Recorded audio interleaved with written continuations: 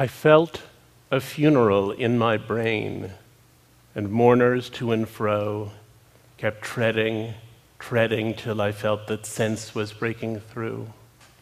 And when they all were seated, a service like a drum kept beating, till I felt my mind was going numb. And then I heard them lift a box and creak across my soul with those same boots of lead again. Then space began to toll, as if the heavens were a bell and being were an ear, and I and silence some strange race wrecked, solitary here. Just then, a plank in reason broke, and I fell down and hit a world at every plunge, and finished knowing then. We know depression through metaphors. Emily Dickinson was able to convey it in language, Goya in an image. Half the purpose of art is to describe such iconic states.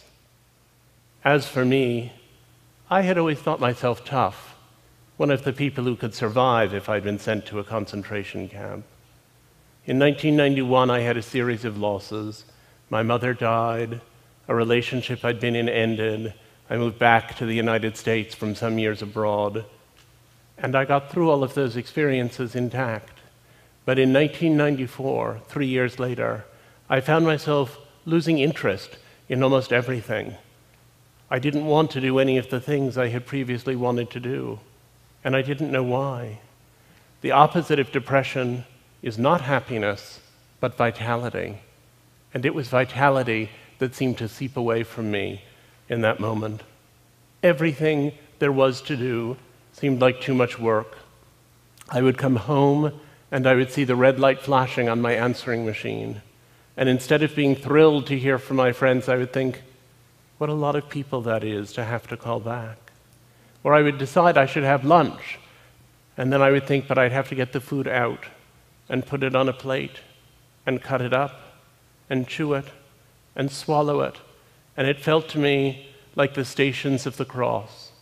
And one of the things that often gets lost in discussions of depression is that you know it's ridiculous. You know it's ridiculous while you're experiencing it.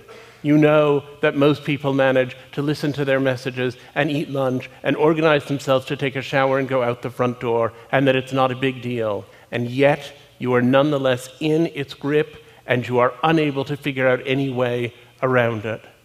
And so, I began to feel myself doing less, and thinking less, and feeling less. It was a kind of nullity, and then the anxiety set in. If you told me that I have to be depressed for the next month, I would say, as long as I know it'll be over in November, I can do it. But if you said to me, you have to have acute anxiety for the next month, I would rather slit my wrist than go through it. It was the feeling all the time, like that feeling you have if you're walking and you slip or trip and the ground is rushing up at you, but instead of lasting half a second the way that does, it lasted for 6 months. It's a sensation of being afraid all the time, but not even knowing what it is that you're afraid of. And it was at that point that I began to think that it was just too painful to be alive, and that the only reason not to kill oneself was so as not to hurt other people. And finally one day, I woke up and I thought perhaps I'd had a stroke, because I lay in bed completely frozen, looking at the telephone, thinking something is wrong and I should call for help. And I couldn't reach out my arm and pick up the phone and dial.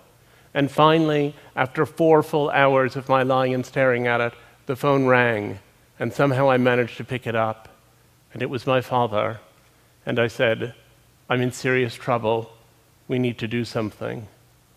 The next day, I started with the medications and the therapy.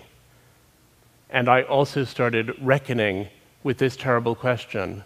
If I'm not the tough person who could have made it through a concentration camp, then who am I? And if I have to take medication, is that medication making me more fully myself? Or is it making me someone else? And how do I feel about it if it's making me someone else? I had 2 advantages as I went into the fight. The first is that I knew that, objectively speaking, I had a nice life, and that if I could only get well, there was something at the other end that was worth living for. And the other was that I had access to good treatment. But I nonetheless emerged and relapsed, and emerged and relapsed, and emerged and relapsed, and finally understood I would have to be on medication and in therapy forever.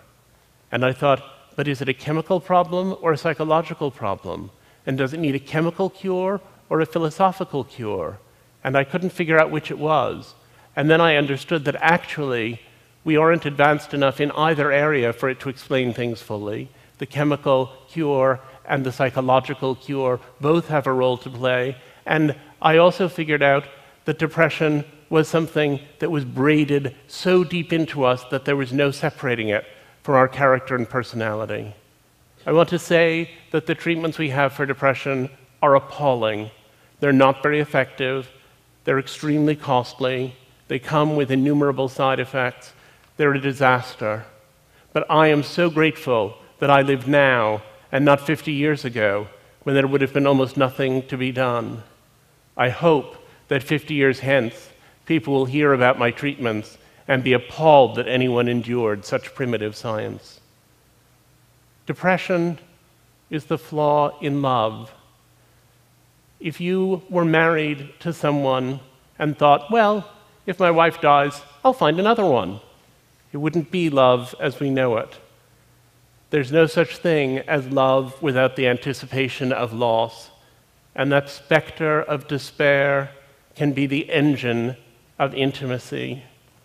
There are three things people tend to confuse: depression, grief, and sadness. Grief is explicitly reactive. If you have a loss and you feel incredibly unhappy, and then 6 months later you're still deeply sad but you're functioning a little better, it's probably grief, and it will probably ultimately resolve itself in some measure. If you experience a catastrophic loss and you feel terrible, and 6 months later you can barely function at all, then it's probably a depression that was triggered by the catastrophic circumstances. The trajectory tells us a great deal. People think of depression as being just sadness. It's much, much too much sadness, much too much grief at far too slight a cause. As I set out to understand depression and to interview people who had experienced it, I found that there were people who seemed, on the surface, to have what sounded like relatively mild depression, who were nonetheless utterly disabled by it. And there were other people who had what sounded, as they described it, like terribly severe depression, who nonetheless had good lives in the interstices between their depressive episodes. And I set out to find out what it is that causes some people to be more resilient than other people. What are the mechanisms that allow people to survive? And I went out and I interviewed person after person who was suffering with depression. One of the first people I interviewed described depression as a slower way of being dead. And that was a good thing for me to hear early on, because it reminded me that that slow way of being dead can lead to actual deadness, that this is a serious business. It's the leading disability worldwide, and people die of it every day. One of the people I talked to when I was trying to understand this was a beloved friend who I had known for many years and who had had a psychotic episode in her freshman year of college and then plummeted into a horrific depression. She had bipolar illness, or manic depression as it was then known. And then she did very well for many years on lithium, and then eventually she was taken off her lithium to see how she would do without it.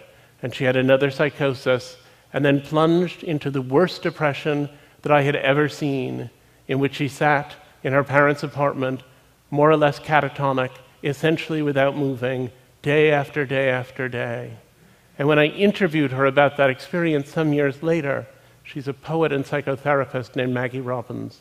When I interviewed her, she said, I was singing, "Where Have All the Flowers Gone?" over and over to occupy my mind. I was singing to blot out the things my mind was saying, which were, you are nothing. You are nobody. You don't even deserve to live.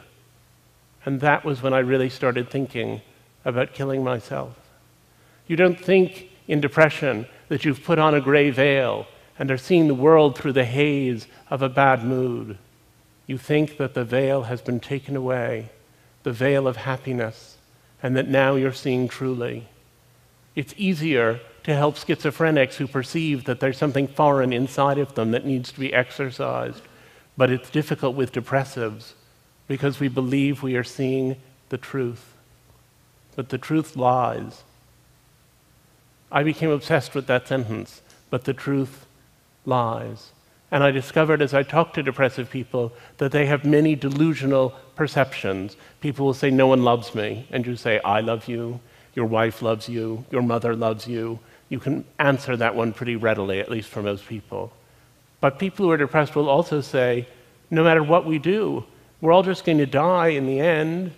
Or they'll say, there can be no true communion between two human beings. Each of us is trapped in his own body, to which you have to say, that's true, but I think we should focus right now on what to have for breakfast.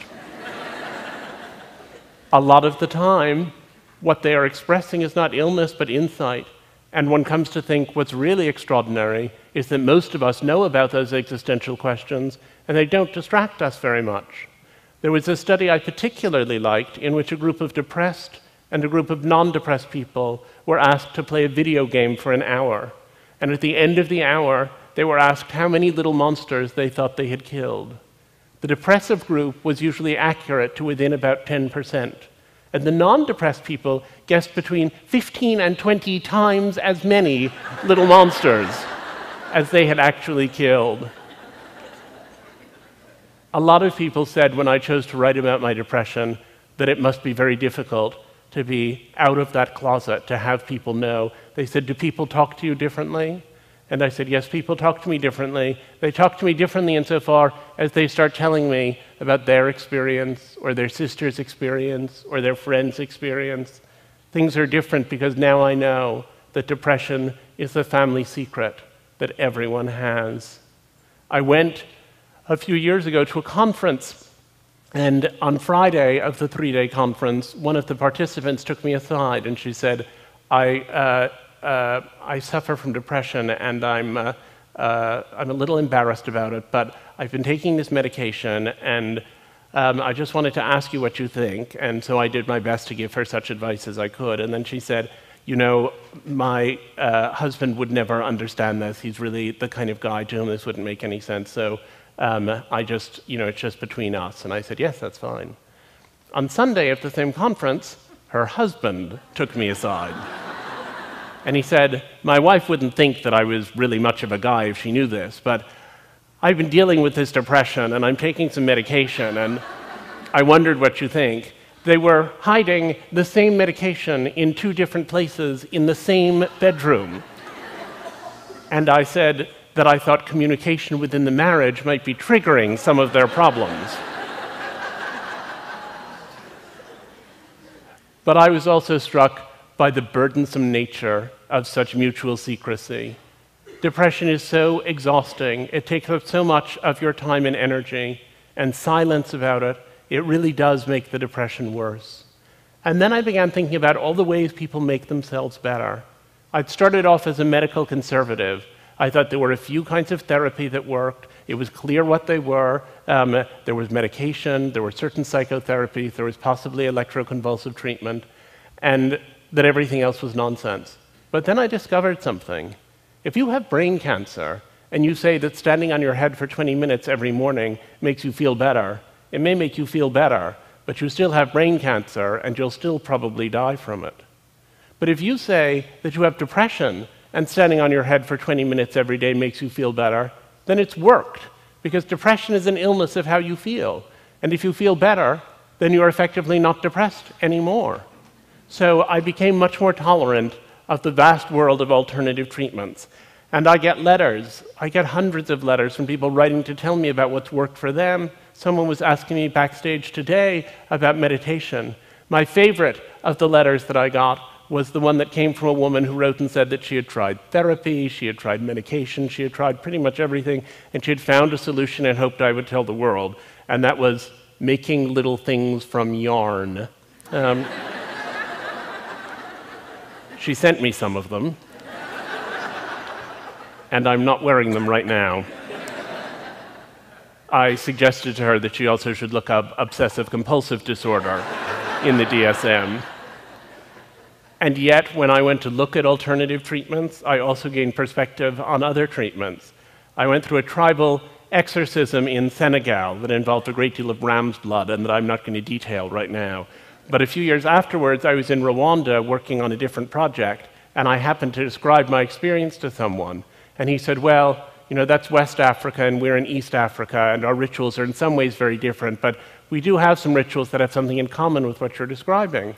And I said, oh, and he said, yes. He said, but we've had a lot of trouble with Western mental health workers, especially the ones who came right after the genocide. And I said, what kind of trouble did you have? And he said, well, he said they would do this bizarre thing. He said they didn't take people out in the sunshine where you begin to feel better. They didn't include drumming or music to get people's blood going. They didn't involve the whole community. They didn't externalize the depression as an invasive spirit. Instead, what they did was they took people, one at a time, into dingy little rooms and had them talk for an hour about bad things that had happened to them.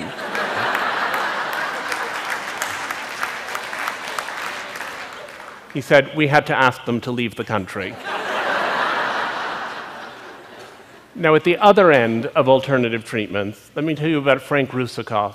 Frank Russakoff had the worst depression, perhaps, that I've ever seen in a man. He was constantly depressed. He was, when I met him, at a point at which every month he would have electroshock treatment. Then he would feel sort of disoriented for a week. Then he would feel okay for a week. Then he would have a week of going downhill. And then he would have another electroshock treatment. And he said to me when I met him, it's unbearable to go through my weeks this way. I can't go on this way, and I figured out how I'm going to end it if I don't get better. But, he said to me, I heard about a protocol at Mass General for a procedure called a cingulotomy, which is a brain surgery, and I think I'm going to give that a try. And I remember being amazed at that point to think that someone who clearly had so many bad experiences with so many different treatments still had buried in him somewhere enough optimism to reach out for one more. And he had the cingulotomy, and it was incredibly successful. He's now a friend of mine. He has a lovely wife and 2 beautiful children. He wrote me a letter the Christmas after the surgery, and he said, my father sent me 2 presents this year. First, a motorized CD rack from the Sharper Image that I didn't really need, but I knew he was giving it to me to celebrate the fact that I'm living on my own and have a job I seem to love. And the other present was a photo of my grandmother, who committed suicide. As I unwrapped it, I began to cry, and my mother came over and said, are you crying because of the relatives you never knew? And I said, she had the same disease I have. I'm crying now as I write to you. It's not that I'm so sad, but I get overwhelmed. I think because I could have killed myself, but my parents kept me going, and so did the doctors, and I had the surgery. I'm alive and grateful. We live in the right time, even if it doesn't always feel like it. I was struck by the fact that depression is broadly perceived to be a modern Western middle-class thing, and I went to look at how it operated in a variety of other contexts. And one of the things I was most interested in was depression among the indigent. And so I went out to try to look at what was being done for poor people with depression. And what I discovered is that poor people are mostly not being treated for depression. Depression is the result of a genetic vulnerability, which is presumably evenly distributed in the population, and triggering circumstances, which are likely to be more severe for people who are impoverished. And yet, it turns out that if you have a really lovely life but feel miserable all the time, you think, why do I feel like this? I must have depression. And you set out to find treatment for it. But if you have a perfectly awful life and you feel miserable all the time, the way you feel is commensurate with your life. And it doesn't occur to you to think, maybe this is treatable. And so we have an epidemic in this country of depression among impoverished people that's not being picked up and that's not being treated and that's not being addressed. And it's a tragedy of a grand order. And so I found an academic who was doing a research project in slums outside of DC, where she picked up women who had come in for other health problems and diagnosed them with depression, and then provided 6 months of the experimental protocol. One of them, Lolly, came in, and this is what she said the day she came in. She said, and she was a woman, by the way, who had 7 children. She said, "I used to have a job, but I had to give it up because I couldn't go out of the house. I have nothing to say to my children. In the morning, I can't wait for them to leave, and then I climb in bed and pull the covers over my head. And 3 o'clock when they come home, it just comes so fast." She said, "I've been taking a lot of Tylenol, anything I can take so that I can sleep more. My husband has been telling me I'm stupid, I'm ugly. I wish I could stop the pain." Well, she was brought into this experimental protocol, and when I interviewed her 6 months later, she had taken a job working in childcare for the US Navy. She had left the abusive husband, and she said to me, "My kids are so much happier now." She said, "There's one room in my new place for the boys and one room for the girls, but at night they're just all up on my bed and we're doing homework all together and everything. One of them wants to be a preacher, one of them wants to be a firefighter, and one of the girls says she's going to be a lawyer. They don't cry like they used to, and they don't fight like they did. That's all I need now, is my kids. Things keep on changing. The way I dress, the way I feel, the way I act. I can go outside not being afraid anymore, and I don't think those bad feelings are coming back. And if it weren't for Dr. Miranda and that, I would still be at home with the covers pulled over my head, if I were still alive at all. I asked the Lord to send me an angel, and he heard my prayers." I was really moved by these experiences, and I decided that I wanted to write about them, not only in a book I was working on, but also in an article. And so I got a commission from the New York Times Magazine to write about depression among the indigent. And I turned in my story, and my editor called me and said, "We really can't publish this."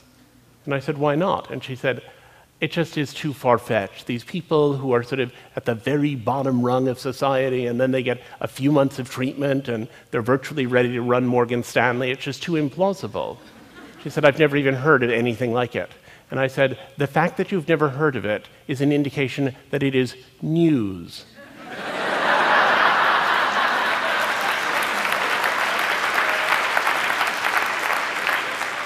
And you are a news magazine. So after a certain amount of negotiation, they agreed to it. But I think a lot of what they said was connected in some strange way to this distaste that people still have for the idea of treatment, the notion that somehow if we went out and treated a lot of people in indigent communities, that would be an exploitative thing to do because we would be changing them. There's this false moral imperative that seems to be all around us, that treatment of depression, the medications and so on, are an artifice and that it's not natural. And I think that's very misguided. It would be natural for people's teeth to fall out, but there is nobody militating against toothpaste, at least not in my circles. And people then say, well, but isn't depression part of what people are supposed to experience? Didn't we evolve to have depression? Isn't it part of your personality?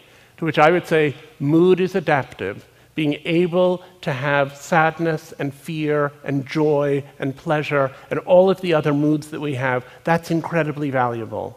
And major depression is something that happens when that system gets broken. It's maladaptive.